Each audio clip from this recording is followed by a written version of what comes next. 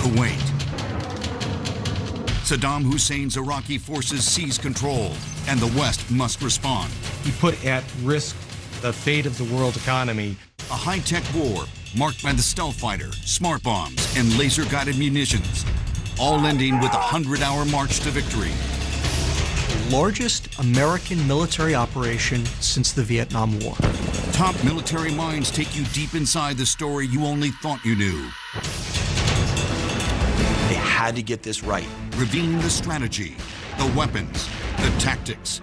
It's going to be decisive, it's going to be swift, and it's going to completely and utterly destroy the adversary. These are the bullet points you need to know.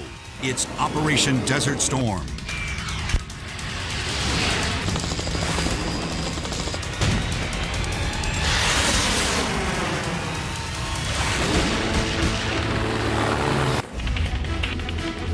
August 2nd, 1990.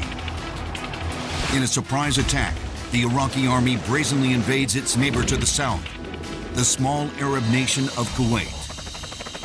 Over 100,000 soldiers, backed by Soviet-built T-72 tanks, plow into the capital, Kuwait City. In less than 6 hours, Iraqi forces control one of the Persian Gulf region's richest nations. The world is shocked when Saddam invades Kuwait. This is the first violation of sovereignty. I mean, the first real invasion that the world has seen since probably Hitler. Ranking among the world's most feared leaders, President Saddam Hussein has ruled Iraq with an iron fist since 1979. When you think of a ruthless dictator, you have to think of Saddam Hussein. He was a brutal, ruthless guy who thought he needed to run the world, and he was going to do everything he could to do it. Saddam Hussein was a real threat in the region. He had been the cause of the 8-year Iran-Iraq war, which killed tens of thousands of people. He was a thug, he was a murderer and everything else, but he was a risk taker. He took risks in the Iraq-Iran war, and this was a risk. This time, Saddam's risk grows from a desperate need for money. In 1990, Saddam Hussein has a problem. He is the victor of the Iran-Iraq war. He has won this great victory, and he's built this enormous military-industrial complex to support it. But in the process, he's bankrupted Iraq. Iraq is massively in debt. Kuwait is overproducing and lowering the cost of oil, which is a direct threat to Saddam's revenue. So by invading Kuwait, not only does he pump up the price of oil, he's also able to seize their oil production fields as well. Within 12 hours of the invasion, Saddam doubles his hold on the world's oil reserves. Now he's setting his sights on Saudi Arabia. If Saddam seizes Saudi Arabia's oil, he'll control nearly half the world's supply. That really meant that he could control the world economy.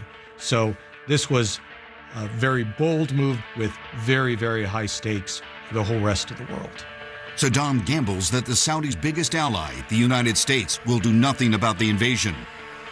Saddam has this enormous military, the fourth largest in the world, and he believes that everyone will be wary of taking on this new superpower in the Middle East.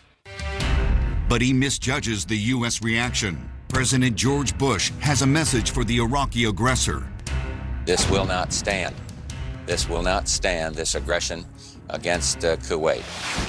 Bush's strategy: form a multinational coalition to force Saddam out of Kuwait. Impose UN economic sanctions against Iraq. Restore Kuwait's legitimate government. And the U.S. president is fully prepared to use military force. President Bush is looking at Saddam's invasion of Kuwait as the first crisis of a new era. The Cold War is over. The United States has got to stand up for aggression everywhere, particularly in a region as sensitive as the Middle East. He put at risk global oil supplies, the flow of oil, the fate of the world economy. Oil runs the world, and if a guy like that's in charge of it, bad things can happen. We had to get involved. August 7th. A U.S.-led coalition sends troops to Saudi Arabia to guard against a possible Iraqi invasion. Codename Operation Desert Shield. The objectives: protect Saudi Arabia, create a defensive shield against Saddam's forces, and secure the oil fields. General Norman Schwarzkopf takes command of the coalition forces. He was a big physical presence of a man. He spoke his mind, and he was very direct in what he wanted to do. He was the right guy for that job at the time. Norman Schwarzkopf had fought in Vietnam. He was a bold man who inspired real confidence among the decision makers in Washington and around the globe. Schwarzkopf's job, stabilize the region. Desert Shield is a purely defensive operation. We did not want to invade Iraq. We didn't want to take it further. We wanted him out of Kuwait. By November 1990, the coalition includes 34 nations and begins building a force to combat Iraq's army. In terms of manpower, air support, and ground support, its strength is impressive. The U.S. forces alone were absolutely massive. 600,000 soldiers, Marines, airmen, and sailors. A force of over 2,000 main battle tanks. Saddam is well aware of this. He sees what is coming at him, and he is determined to defend Kuwait. With war looming, the coalition partners define their mission. Drive Iraqi forces out of Kuwait, destroy Saddam's military power, and crush his regime. The coalition gives Saddam a deadline: withdraw from Kuwait by January 15th, or face attack by overwhelming force. We were trying to signal to him, hey, you do not want to go to war with this coalition. You probably want to get out of Kuwait, because if you don't, watch out what's going to rain down on you. Saddam wagers the U.S. doesn't stand a chance against his massive army, the fourth largest in the world, especially on his home turf. In early January, he rejects the deadline and readies his troops for war. Saddam deploys over 500,000 troops, over 50 divisions, many of them his best forces altogether, to Kuwait to try to hold it. Not only does he have numbers on his side, his troops are also combat hardened. And perhaps most chillingly for those of us involved, he had a substantial store of chemical weapons, and he had used them even against his own people. So he was a man who was clearly willing to do whatever it took to gain what he thought necessary. Saddam is also counting on the fact that the United States wants to avoid a protracted ground war. Saddam felt that, and if Americans were bloodied, they wouldn't have the stomach for a long fight. Like in Vietnam, like in Lebanon, as he read it, the United States will take some losses and we'll call it quits, we'll walk away, and we will allow Iraq to digest its new conquest. Yet as the world's reigning superpower, the U.S. military refuses to let past failures determine how it will take on the Iraqi army in Kuwait. This is the war that we were definitely going to win.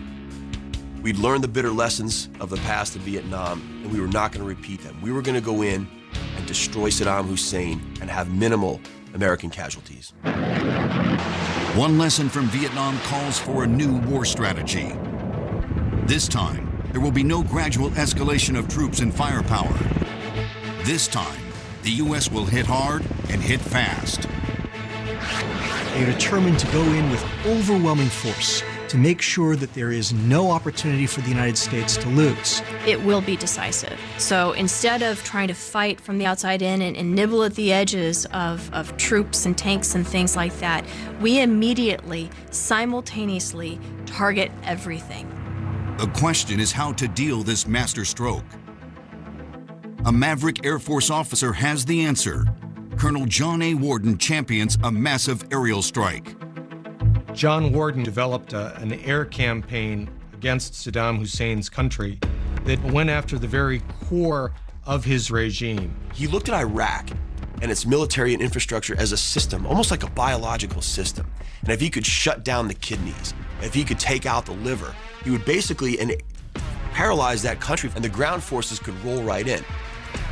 At the center of Warden's plan is an aircraft representing a quantum leap in aerial warfare, the F-117 stealth fighter. Built with radar-absorbing materials and flying at subsonic speeds, the F-117 is virtually impossible for the enemy to detect. The F-117 Nighthawk is the first real operational stealth attack aircraft. It can penetrate into the heart of Iraq, into Baghdad, one of the most heavily defended airspaces in the world, and it can get away scot-free. The F-117, boy, what an amazing aircraft this is.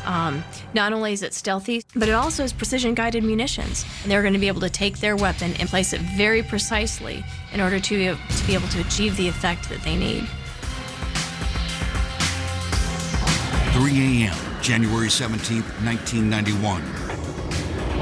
2 days after the UN deadline expires, a fleet of F-117s takes off from the coast of Saudi Arabia and heads for Iraq. Target, Baghdad.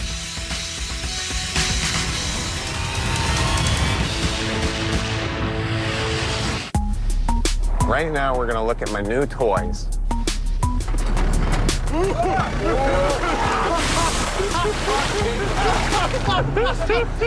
Gold Rush, A Day in the Life, Friday at 8 on Discovery. Valja Hakkinen, you are the strongest among us. Oh, without spice, the great houses would feed me to the world. The troubles are far greater than just Arrakis. Dune Prophecy, streaming exclusively on Max. The FBI calls it house stealing, the latest scam where a cyber thief transfers the title of your home out of your name and steals your hard-earned equity. It's roughly 60 to 90 days for that person to even figure out that they're the victim of this crime. You start getting foreclosure notices, and you realize you've got 4 mortgages on your house that you didn't even know existed. Unfortunately, it's on you to protect yourself. You might already be a victim. Check your title status now at HomeTitleLock.com. At over $4 a blade, shaving every day gets expensive. Harry's 5-blade razor offers me a close, comfortable shave. Best part, refills are as low as $2 each, half of what I paid before. Go to harrys.com/shave to claim your $7 trial. Do we get something from my dad? I'll grab the car keys. Looking for a last-minute gift idea? Give hands-free Skechers Slip-ins. The perfect gift for everybody, from kids to grandparents. Just step in and they're on. There's no bending down and no touching your shoes. There's still time. Give hands-free Skechers Slip-ins. Why are you wearing uncomfortable jeans when you could be wearing Mugsy jeans? One of our thousands of 5-star reviews said, "These jeans feel like rolling around in a puddle of puppies." Head to Mugsy.com to get your first pair of the most comfortable jeans ever worn. Need a last-minute gift idea? Get the WeatherTech gift card, or laser-measured floor liners, cargo liner, pet feeding system, or the new garage wall protector. Get your gift card instantly at WT.com. Introducing Mando Whole Body Deodorant for pits, privates, and beyond. I'm Dr. Shannon Klingman, the inventor of whole body deodorant, like Mando. Mando controls odor for 72 hours, and before you say it, Mando works better than a shower with soap alone. Rather than covering up BO with heavy fragrance, Mando's unique formula stops odor before it starts by lowering the pH of your skin. That's my secret to better odor control everywhere. Mando's unlike anything you've ever tried before. Get over 30% off at shopmando.com. If you can't get metal, you'll be able to steal out of wood. We've never used one of these. We've never built one of these. We got a major leak over here. Damn, that thing's guts. Well, you better get over here and fix this other one. God. Moonshiners, a new episode Tuesday, January 7th on Discovery. Hello, welcome to T-Town. Like men over 40 everywhere. These guys experience a drop in testosterone. Don't worry, it happens to all of us. Some guys took my advice about how to boost their testosterone, and some didn't. This guy got the message loud and clear. That's right, Nugenix Total T. Nugenix Total T is the unique man-boosting formula powered by Tesnor, a key ingredient clinically researched to help increase testosterone levels. To help you feel stronger, leaner, with more muscle and drive. Nugenix is #1 doctor recommended, #1 at GNC, and #1 at Walmart. But you can only get your complimentary bottle by texting WINK to 369-369. Thanks. It'll make you feel like a new man. And by the way, she'll like it too. Get your complimentary bottle of Nugenix now. Text WINK to 369-369. Text now and we'll include a bottle of Nugenix Thermo X, our most powerful fat incinerator ever. Absolutely free. Food Network has something for every kind of holiday. For the confection perfectionists. For the competitive Christmasers. For the holiday magicers. For the holiday warriors. Finale, Sunday night at 9 on Food Network. January 17th, 1991. 2 days past the deadline for Iraqi troops to withdraw from Kuwait. U.S.-led coalition aircraft streak into Iraqi airspace. Their prime target, Iraq's radar installations. Operation Desert Shield becomes Operation Desert Storm, and the Gulf War begins. The coalition's immediate goal is gaining air superiority. Its objectives: destroy Iraq's air defense system through persistent bombing, take out the enemy's military communication system, and pound the Iraqi army into submission. We're trying to paralyze, disrupt, disable, and completely cut off the Iraqi leadership structure so that they can't move, they can't see, they can't hear, they can't talk. They're completely disabled. To take down Iraq's radar system, the coalition's F-117 stealth fighters head for the capital, Baghdad. Striking at the heart of Iraq's command and control system, disabling the army's ability to respond effectively. 20 F-117s took out 28 separate targets. And that sort of effectiveness and efficiency was absolutely overwhelming. Not only is the attack on Baghdad a display of the coalition's might, it's an instant media event. The night of January 17th, 1991 is the first time that the people of the world are treated to a new spectacle. No one had ever seen it before. A night air campaign being broadcast live to the entire world in real time. While U.S. F-117s pummel Baghdad, across the country, some 700 coalition aircraft destroy other key Iraqi military targets. It was literally like hell on earth, and Iraq at that point knew that they were really facing an enemy that was going to come after them. I remember sleeping on my tank at night, watching the B-52s come overhead, and then feeling the bombing through my tank as they decimated Iraqi units. It was a wonderful feeling to recognize that you had the world's most powerful Air Force giving everything it had to the Iraqi military. Day one of the coalition's air campaign is a complete success. That first night, we took out over 200 separate targets. That is more than the combined bombing offensive took out during World War II. So 2 years worth of strikes for World War II, we packed into one night. The initial phase of the air campaign cripples the Iraqi military's ability to communicate, and there's no letup. Flying something like 2,000 sorties per day after day after day. B-52 strikes, A-10 strikes, precision-guided munitions, it just overwhelms the entire Iraqi system. On the second day of the war, Saddam retaliates, launching 7 Scud missiles at America's ally in the Middle East, Israel. Scuds are nasty little ballistic missiles. They can be armed with chemical weapons. They can be armed with dirty or even radiological weapons. All of a sudden, you have Israeli civilians under attack. That is a huge, huge problem for the Americans. Saddam's plan? Break up the coalition. He knows that if he can get Israel to engage, the coalition is going to fracture. Arab states are not going to want to be in a formal alliance with Israel. They cannot possibly be seen as being on the side of Israel in a new war between an Arab state and the Israeli state. It was incredibly important to keep Israel out of the direct fight in order to hold our coalition together. With Israel's leaders ready to launch their own attack, President Bush intervenes. It takes incredible diplomatic skill and determination on George Bush's part to call up Yitzhak Shamir and convince him to let the Americans and the coalition forces handle this. President Bush commits to hunting down Saddam's Scuds in the desert of western Iraq. It's not an easy task. Scud missiles can be launched from mobile platforms, making them difficult to track. They use a tactic called shoot and scoot. So they'll come out, fire off their Scud, and then move. So even if you know where the point of origin of a particular launch is, by the time you get there, they're already gone. We were able to shoot them out of the air with Patriot missiles, but we were also able to locate them with special operations teams that were on Scud hunting operations. Israel knew that America and the coalition had sent its best guys out to find the Scuds and keep them from being attacked. It was a major part in keeping Israel from getting into the conflict.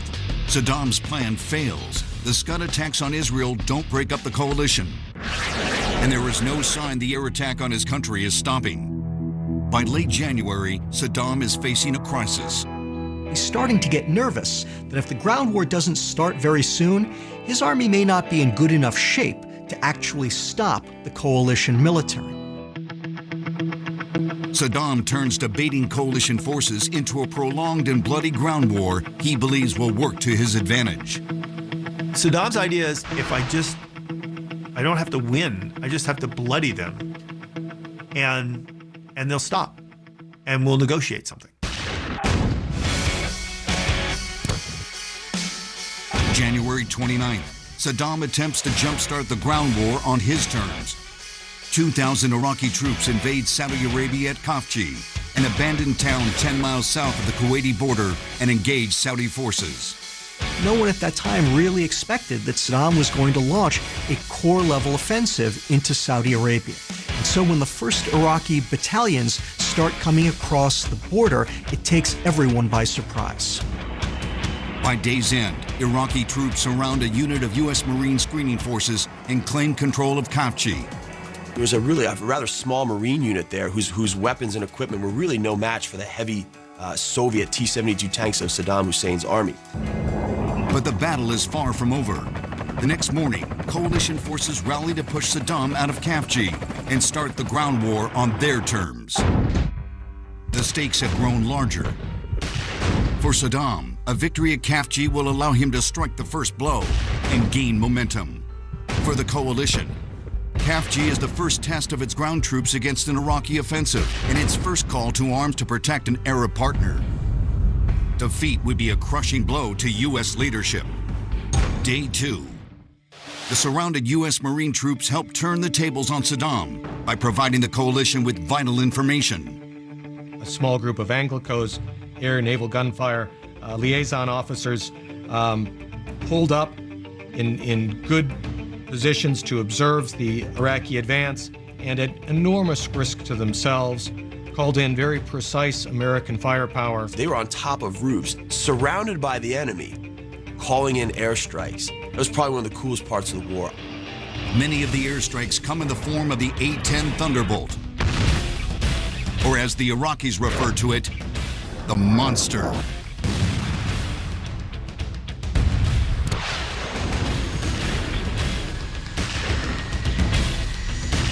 The A-10 was designed for closer support. The cockpit is all armored up.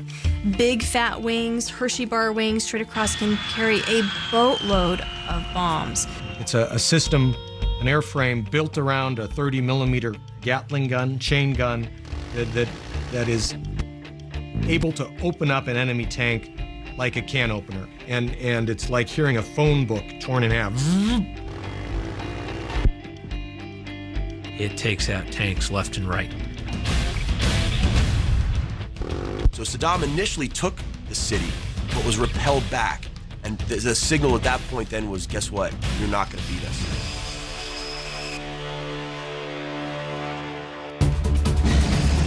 The outcome of the Battle of Khafji changes the war. 36 hours after it begins, Iraq's first organized offensive ends in defeat. Saddam's forces pull back and retreat. The toll, 43 coalition soldiers dead, 52 wounded. For Iraq, as many as 300 dead, 140 or more wounded, over 400 captured. The coalition victory at Khafji is a decisive answer to Saddam. What the coalition learns from the Battle of Khafji is that the Iraqi ground forces are actually getting battered pretty badly by the airstrikes. Reeling from defeat, Saddam is running out of options. Saddam's back is up against the wall. The Scud attacks against Israel haven't worked. His forces are in imminent danger of getting overrun. He's cut off and he's in fear of his life. Now Iraq's leader turns to more desperate measures. creating a disaster that blackens the skies over Kuwait and turns the ground into a hellish inferno.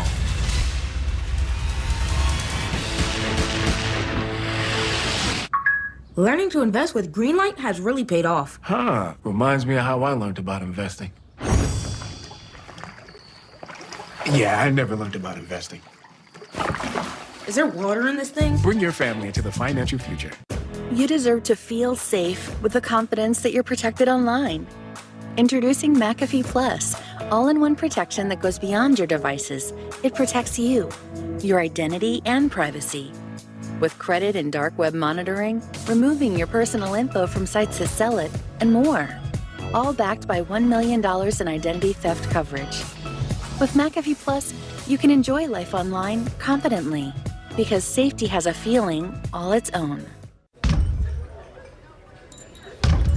All right, drinks are up.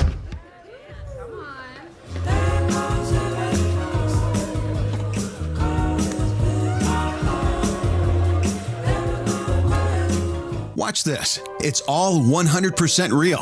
Witness what happens to this woman's bags under her eyes in an actual time lapse in just minutes. Nothing has been doctored or tampered with. The very real problem will disappear before your eyes and hers with a revolutionary topical formulation that works in just minutes, and the effects will last for hours and hours. Over 1 million people are using this topical technique to visually reduce puffiness and bags. It works on sagging jowls, even fine lines and wrinkles on the face and forehead. Introducing Plexiderm. In just minutes, you can restore and beautify your face, even look years younger. And the look will last all day or all evening. Oh my gosh.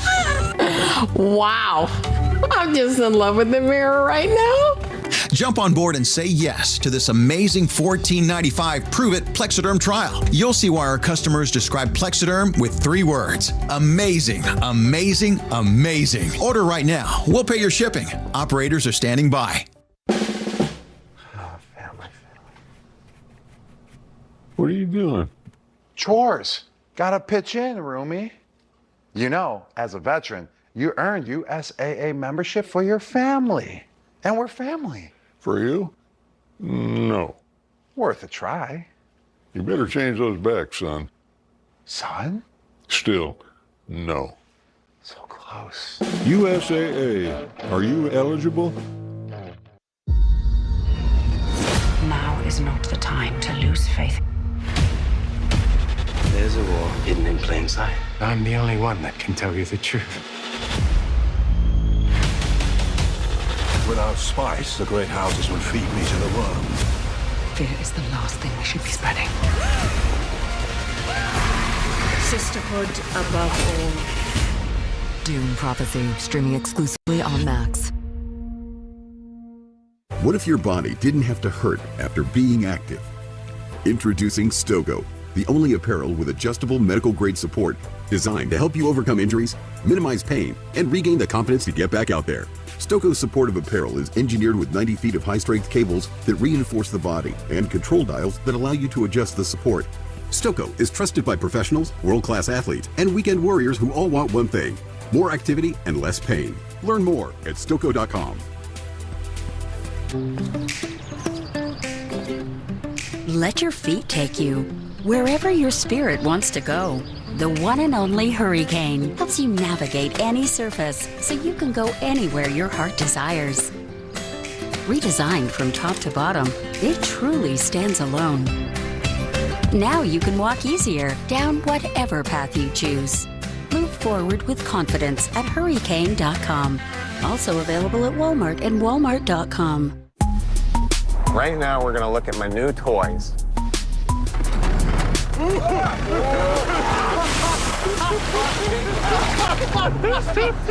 Gold Rush, A Day in the Life. Friday at 8 on Discovery.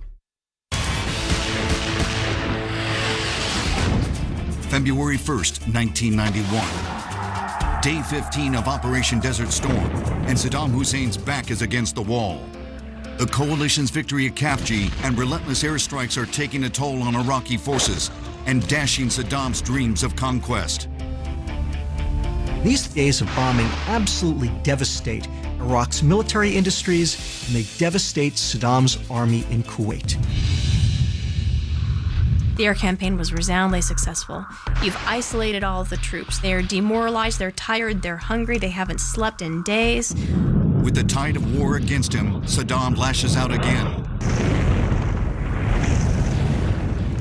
He orders the igniting of over 600 Kuwaiti oil wells, an act of environmental terrorism meant to destroy the country's economy and infrastructure. Each day, more than 6 million barrels of oil go up in smoke, and there's no telling when the fires will be extinguished, making a swift coalition victory all the more urgent. Coalition Commander General Norman Schwarzkopf prepares to reignite the ground war on U.S. terms. The objectives: draw the enemy out of their fixed defensive positions in the field, lure them into fighting outside their comfort zone, and avoid a lengthy war of attrition. What the United States wants to do is force the Iraqis to fight the United States and its allies in unstructured maneuver warfare battles, which the United States is terrific at and which the Iraqis are terrible at. In the south, Schwarzkopf begins amassing troops along the Kuwait-Saudi border, poising them to cross over into Kuwait City. The coalition knows that the Iraqis are expecting attacks from the coalition in 3 places: along the coast, into the heel of Kuwait, and then at the Wadi al-Batin. The coalition force buildup appears to be playing right into Saddam's hands. It's all part of a feint, a deception devised by Schwarzkopf to trick Saddam into thinking that the main thrust will come from the south. Deception is an important part of any fight, whether it's a gun battle, a naval battle, or even a street fight. Get your opponent to look over here and hit him when he's not looking. Schwarzkopf's real plan is to unleash a much larger attack 300 miles west of the southern troops, called the Left Hook. Troops will move into southern Iraq and then swing east to outflank Iraqi forces and cut off their supply lines. Its success depends entirely on the element of surprise and whether Saddam will fall for the feints in Kuwait. Schwarzkopf's Kuwait deception has 3 objectives: attack Iraqi troops from the south in 3 locations, disguise these attacks as the main ground war thrust, and set up the Left Hook. Meanwhile, Iraq wants to engage the coalition forces in combat, creating massive casualties to deter further attacks. If Saddam sees through the deception, he could beef up his defenses in the west, wait for the coalition troops to arrive, and start a bloodbath. February 24th. The deception begins. The U.S. launches a Marine Expeditionary Force into the heel of Kuwait. It convinces the Iraqi High Command that the coalition is doing exactly what they planned for, exactly what they expected, and convinces them to not pay attention to the real coalition main attack, the Left Hook coming around Iraq's western flank. Off the coast, U.S. Marines launch a second attack. This is no different than what a magician does. I mean, when he's kind of doing all these hand motions and everything else, his hope is you're looking at this, you're paying attention to this, and you're not looking what that's doing. In the south, the U.S. 1st Cavalry Division takes up the main thrust of the coalition's elaborate ruse, amassing its tanks for the drive up Wadi al-Batin toward Kuwait City. This was a fight I was personally a part of that included border strikes, piercing of the Iraqi border offenses into the Wadi, and then ultimately fighting a pretty determined, dug-in, largely infantry force. The fight that the 1st Cavalry Division has is a pretty tough one. The Iraqis are expecting to be attacked there, so they've got some pretty good troops, and those troops are waiting for an attack. To keep the 1st Cavalry Division at bay, the Iraqi troops filled large trenches with oil and set them on fire. Despite the wall of smoke, the U.S. tankers find their target. One of the things that they didn't expect, I don't think, was the capability of our thermal sights to see through the fire and the smoke from the oil trenches, and we were able to do enormous damage to that Iraqi infantry division in pretty short order. The deceptions work. Saddam focuses on Wadi al-Batin. On the coast, 6 divisions of the Iraqi army wait for a Marine invasion that never comes. And in the heel of Kuwait, coalition troops encounter a telling surprise. The Iraqi infantry divisions that are manning those lines begin to surrender en masse. A lot of these units were conscript units. They weren't well fed. They weren't well led. and they were being surrounded. So not surprisingly, the Iraqi military very quickly started to just melt away. The mass surrender is a sign Saddam's army is collapsing, but it raises a strategic concern. If the coalition does not begin to move faster, the entire Iraqi army might dissolve and might flee Kuwait, where it can't be trapped and destroyed as the coalition had hoped. To prevent this, Schwarzkopf moves up the launch of the left hook by 15 hours. Almost 7 months of planning comes down to this defining moment.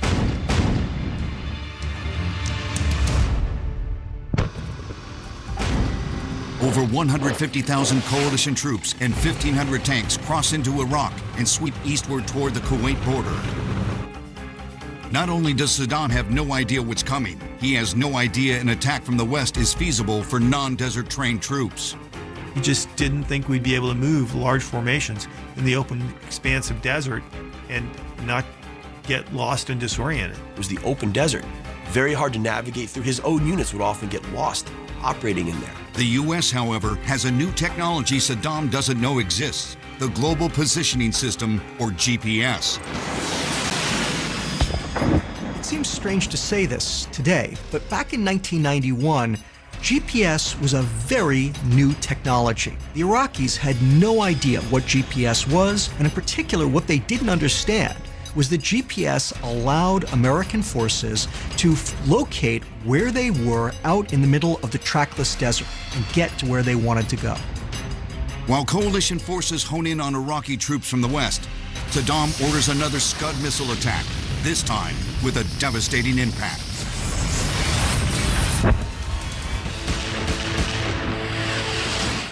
When I was younger, my calling was to play football. But as I grew older, I realized life isn't about how many people you can knock down. It's about how many people you can lift up. At Ram, our calling is to build game-changing trucks. So when you find your calling, nothing can stop you from answering it. Right now, during the Ram Wrap Up the Year sales event, get $6,500 total cash allowance on the purchase of select 2025 Ram 1500 trucks. See your local Ram dealer today.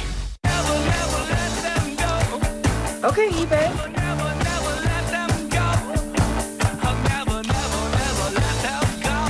The place for pre-loved and vintage fashion. eBay. Things people love. To avoid digital threats, just turn on NordVPN.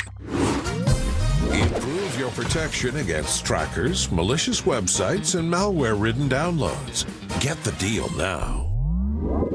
This is the sound of the season's favorite gift. For a limited time, Omaha Steaks is offering the favorite gift package that includes our famous bacon-wrapped filet mignon, our butcher's cut top sirloins, our delicious air-chilled chicken breast, burgers, franks, sides, and desserts, all for just $89.99. That's 60% off. Order now to include 4 more burgers free, and we'll deliver in time for Christmas. This exclusive offer ends soon and quantities are limited. Don't miss out. Order today at omahasteaks.com/TV. I love this.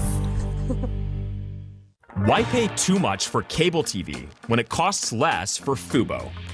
Get all the channels you want with all the entertainment you love for the price that cable can't beat. Start watching at FuboTV.com. I have moderate to severe plaque psoriasis, but thanks to Skyrizi and Clearer Skin, I'm all in. With Skyrizi, I saw dramatically clearer skin, and many even achieved 100% clear skin. Don't use if allergic. Serious allergic reactions, increased infections, or lower ability to fight them may occur. Before treatment, get checked for infections and TB. Tell your doctor about any flu-like symptoms or vaccines. With Skyrizi, nothing on my skin means everything. Ask your dermatologist about Skyrizi today.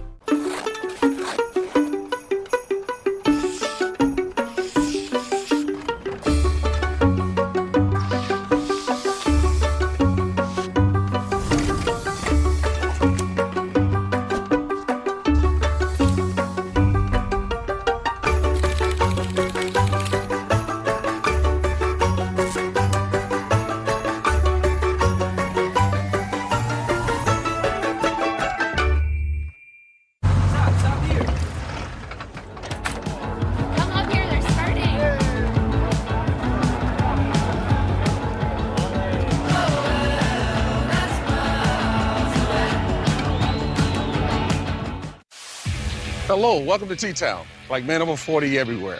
These guys experience a drop in testosterone.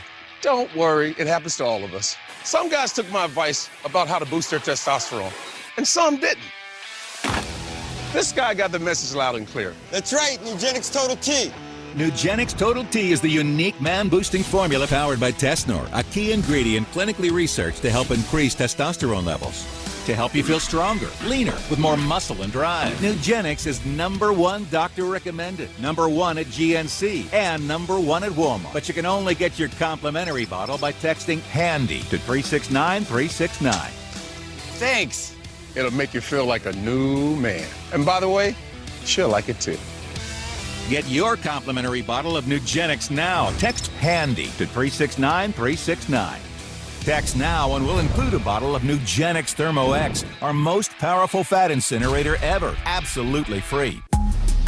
Right now, we're going to look at my new toys.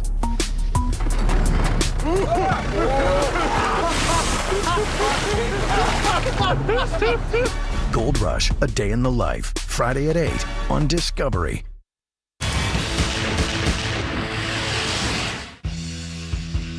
February 25th, 1991. Operation Desert Storm, Day 40.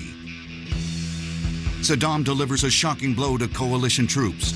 A Scud missile destroys a U.S. barracks in Tehran, Saudi Arabia. 98 American soldiers wounded. 28 killed.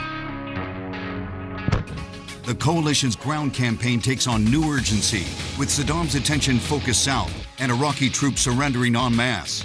The U.S.-led coalition moves up the launch of their secret offensive strategy, the left hook. The air campaign had done what it was supposed to do, but now here comes the left hook, and it's gonna be huge. The goal, push the Iraqi army out of Kuwait, force a surrender, and cripple Saddam's regime for good. Massive in scope, the left hook spans over several hundred square miles. U.S. units alone include 59,000 vehicles and 1,600 aircraft. This left hook was probably one of the biggest attacks we'd ever seen in the U.S. military. There were armor units, infantry units, artillery units, all of them moving. As I looked to my right when we were engaged in battle array, there were American tanks as far as the eye could see. All invisible to Saddam and the Iraqi forces who have no idea what's coming. The huge 7th Corps, along with the 18th Airborne Corps, were out there in the western desert to swing around the Iraqi positions and to prevent the Iraqis from using their dug-in positions to try to bloody the coalition troops. The 18th Corps moves to outflank the Iraqi army. The armored 7th Corps heads to take on Saddam's most elite unit, the Republican Guard. This was his most capable force, the one we were most concerned with, and the target, really, of the 7th Corps left hook. The Republican Guard is Saddam Hussein's main conventional battle force. It's the force that Iraq relies on to defend when the fighting gets thickest and to attack when Saddam desperately needs a victory. This is the moment of truth now for the American and coalition forces and the Iraqi military, because the Republican Guards, they're going to stand and fight. And the Republican Guard is equipped with more than 100 of its main fighting tank, the Soviet T-72. The T-72 is not a bad tank. It's got a 125mm gun, it's pretty well armored, it's a good tank. But it's no match for its American counterpart in the Gulf War, the American M1 Abrams. Weighing in at almost 70 tons, the M1 Abrams tank is one of the heaviest tanks in the world. And it's making its debut on the Desert Storm battlefield. The M1 is a remarkable tank. The initial gun system for it was a 105mm rifled cannon. We replaced that along the way with a German Rheinmetall 120mm smoothbore, which allowed a bigger round to travel farther and faster and even more accurately. It was an enormously capable weapon system that gave great confidence to the tankers like me. The 18th and 7th Corps make contact with Iraqi troops in the west, causing the Iraqi high command to realize they've been duped. It realizes that with the U.S. 7th Corps already in their rear, there is no hope of defending Kuwait. They're going to have to deploy the Republican Guards to try to slow down, even stop the Americans, and allow the rest of the Iraqi army to escape. Over the next 2 days, several divisions of the Republican Guard redeploy to face the oncoming left hook and defend the retreating Iraqi army. Though their T-72 tanks can't match the firepower of the M1 Abrams, the Iraqis attempt to outwit technology with strategy. The Iraqis were smart. They used terrain to their advantage. They actually took their tanks behind a ridgeline, which concealed them and also forced the American units to have to come up over that ridge and expose themselves to the Iraqi armor. Very good idea. The Iraqis had built up a reverse slope defense, so we weren't able to use our advantages of superior range. They had hidden themselves behind terrain, prepared a kill zone, and were ready for us and waiting for us. February 27th, the 1st Armored Division, a unit of the coalition's 7th Corps, comes face-to-face with Iraq's Republican Guard at a location called Medina Ridge. The U.S. 1st Armored Division slams into a brigade of the Iraqi Medina Munawwara Republican Guard Armored Division. The Iraqis know that the Americans are out there, but they don't realize how close the Americans are.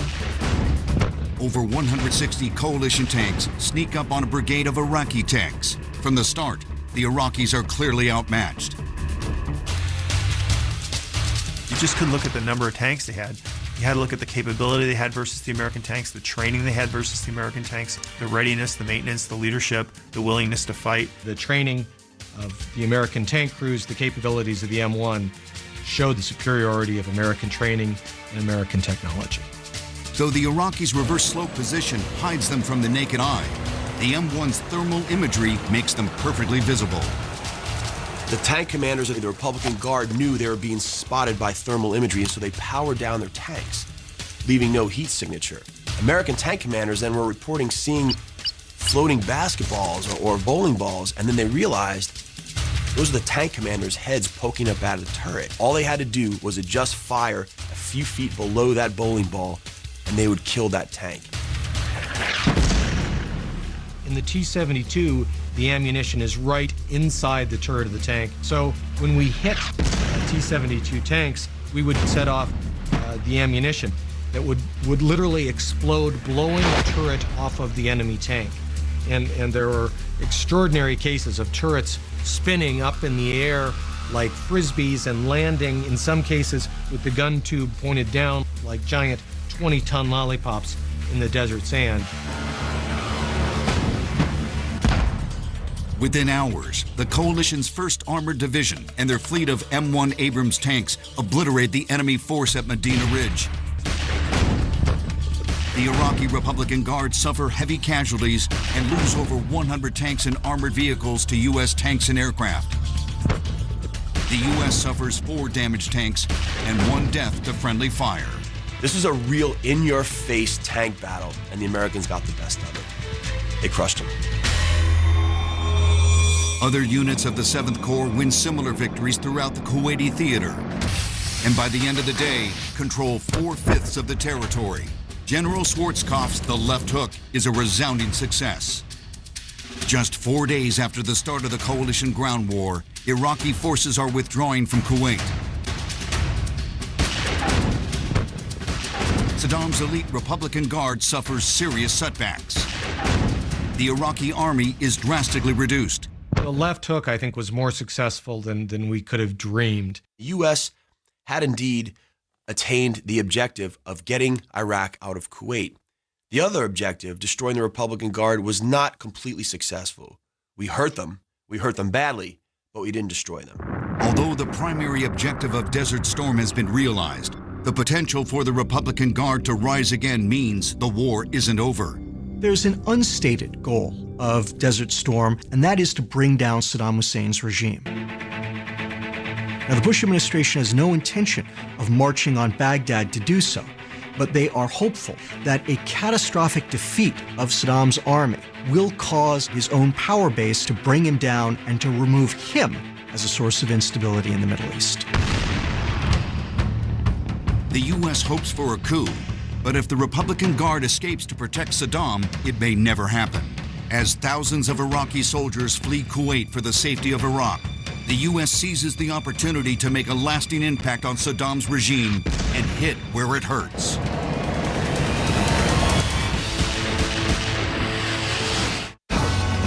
If you can't get metal, you build steel out of wood. We've never used one of these. We've never built one of these. We got a major leak over here. Damn, that thing's good. Well, you better get over here and fix this other one. God. Moonshiners, a new episode Tuesday, January 7th on Discovery. Stop here. Come up here, they're starting.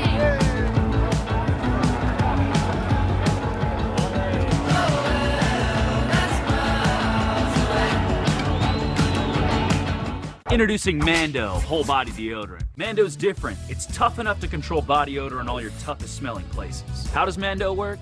Rather than covering up odor with heavy fragrances, Mando stops odor before it starts. Our formula is powered by an acidified technology and pH optimized. It works by blocking bacteria from digesting fluids on your skin like sweat anywhere on your body. Order Mando Whole Body Deodorant today and control your body odor better everywhere. For the best deals, go to shopmando.com. With Harry's, you get a smooth shave at a great price because you get all of this for as low as $2 per refill, half of what the other guys charge. Wake up to Harry's. Get your trial set for just $7 at harrys.com/smooth. There's an invisible gap in your home's defenses, a gap that can be financially devastating. The gap is the unprotected title to your home. Criminals can transfer your home title into their name, take out loans, and even try to sell your home. The FBI calls it house stealing. Protect yourself with Home Title Lock. Every year, county officials record tens of millions of changes to home titles. Is your home still in your name? Find out now at HometitleLock.com. The itch and rash of moderate to severe eczema disrupts my skin night and day. Despite treatment, it's still not under control. But now I have Rinvoq.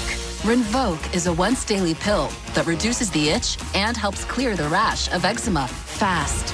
Some taking Rinvoq felt significant itch relief as early as 2 days, and some achieved dramatic skin clearance as early as 2 weeks. Many saw clear or almost clear skin. Rinvoq can lower ability to fight infections. Before treatment, test for TB and do blood work. Serious infections, blood clots, some fatal. Cancers including lymphoma and skin. Serious allergic reactions. GI tears, death, heart attack, and stroke occurred. CV event risk increases in age 50 plus with a heart disease risk factor. Tell your doctor if you've had these events. Infection, Hep B or C, smoked, are pregnant, or planning. Don't take if allergic or have an infection. Disrupt the itch and rash of eczema. Talk to your dermatologist about Rinvoq. Learn how AbbVie can help you save. Hello, welcome to T-Town. Like men over 40 everywhere. These guys experience a drop in testosterone. Don't worry, it happens to all of us. Some guys took my advice about how to boost their testosterone, and some didn't. This guy got the message loud and clear. That's right, Nugenix Total T. Nugenix Total T is the unique man-boosting formula powered by Tesnor, a key ingredient clinically researched to help increase testosterone levels. To help you feel stronger, leaner, with more muscle and drive. Nugenix is #1 doctor recommended, #1 at GNC, and #1 at Walmart. But you can only get your complimentary bottle by texting WINK to 369-369. Thanks. It'll make you feel like a new man. And by the way, she'll like it too. Get your complimentary bottle of Nugenix now. Text WINK to 369-369. Text now and we'll include a bottle of Nugenix Thermo X, our most powerful fat incinerator ever. Absolutely free. Watch out, watch out! Welcome to hell, boys. This is it. The Last Woodsman. The danger continues. Fridays at 9 on Discovery.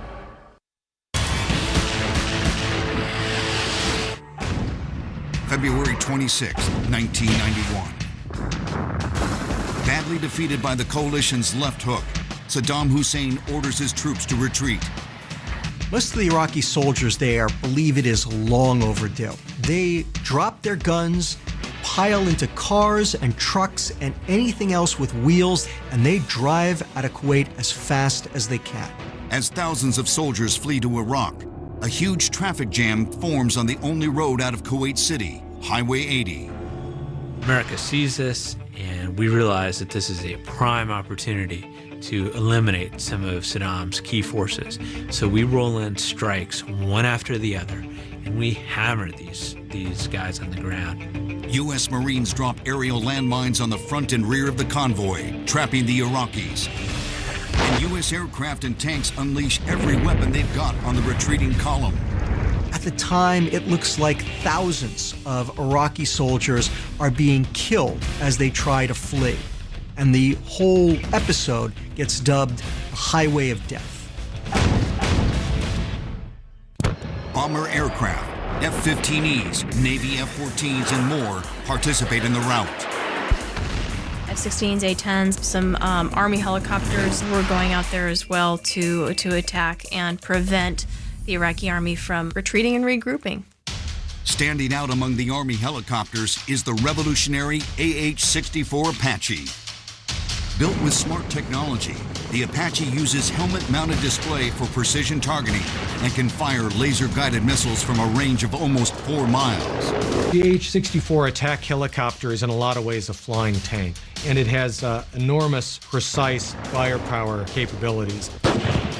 It has Hellfire missiles that can track and kill Iraqi armored vehicles at ranges that the Iraqis can't possibly fight back against. Within 24 hours, the strike destroys over 1,000 vehicles along a 50-mile stretch of highway. Destruction, the loss of life, it is unparalleled in many ways. Destroyed tanks, personnel carriers, vehicles, commandeered stuff from Kuwait was all over the place. Burnt bodies were everywhere. It really looked like hell on earth, and for the Iraqi military, it was hell on earth. To the U.S., the scenes of devastation send a different message: victory.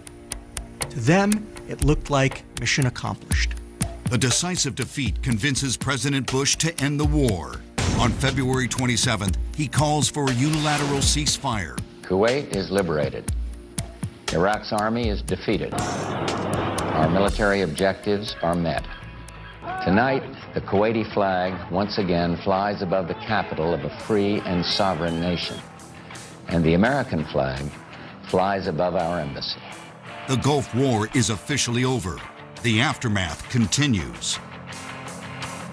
Days later, U.S. troops survey the wreckage at Highway 80.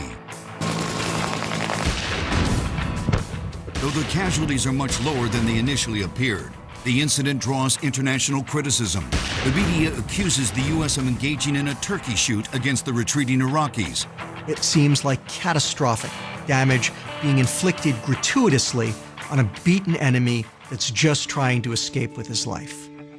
An action the U.S. defends. They were retreating to fight another day, and we knew it. The coalition forces attain their primary objectives quickly and decisively. But Operation Desert Storm fails to eliminate the man behind the war and his ability to cause instability in the Middle East. Desert Storm was in many ways a triumph on the battlefield, but not ultimately victorious in accomplishing America's broader strategic objectives of removing Saddam Hussein's regime as a threat to the region and to the world. The Gulf War turns out to be just the beginning, triggering 2 more decades of U.S. involvement in fighting in Arab countries. Osama bin Laden saw that as a real offense against the Arab world. In his opinion, the Arab states could have handled any of that conflict with Saddam Hussein. Instead, the big Western interlopers, the United States, came in, took over, ran the operation, and then they didn't leave. Protesting Western interference, bin Laden calls for a holy war against the U.S. And in 2001, he orchestrates the most devastating terrorist attack the U.S. has ever faced. In 1991, however, 10 years before the tragedy of 9/11, the U.S. and coalition forces considered Desert Storm a stellar success. Desert Storm was a perfect blend of strategy, operational goals, and technology that brought forth one of the most pivotal victories ever seen in the history of warfare. We had stealth bomber technology, GPS guidance, laser-guided munitions, smart bombs. Desert Storm is decisive. It's quick. It's a high-tech war. We fight it our way, and it's not fair. all of the ghosts of Vietnam, at least in terms of American fears about using military force abroad, are really dissipating.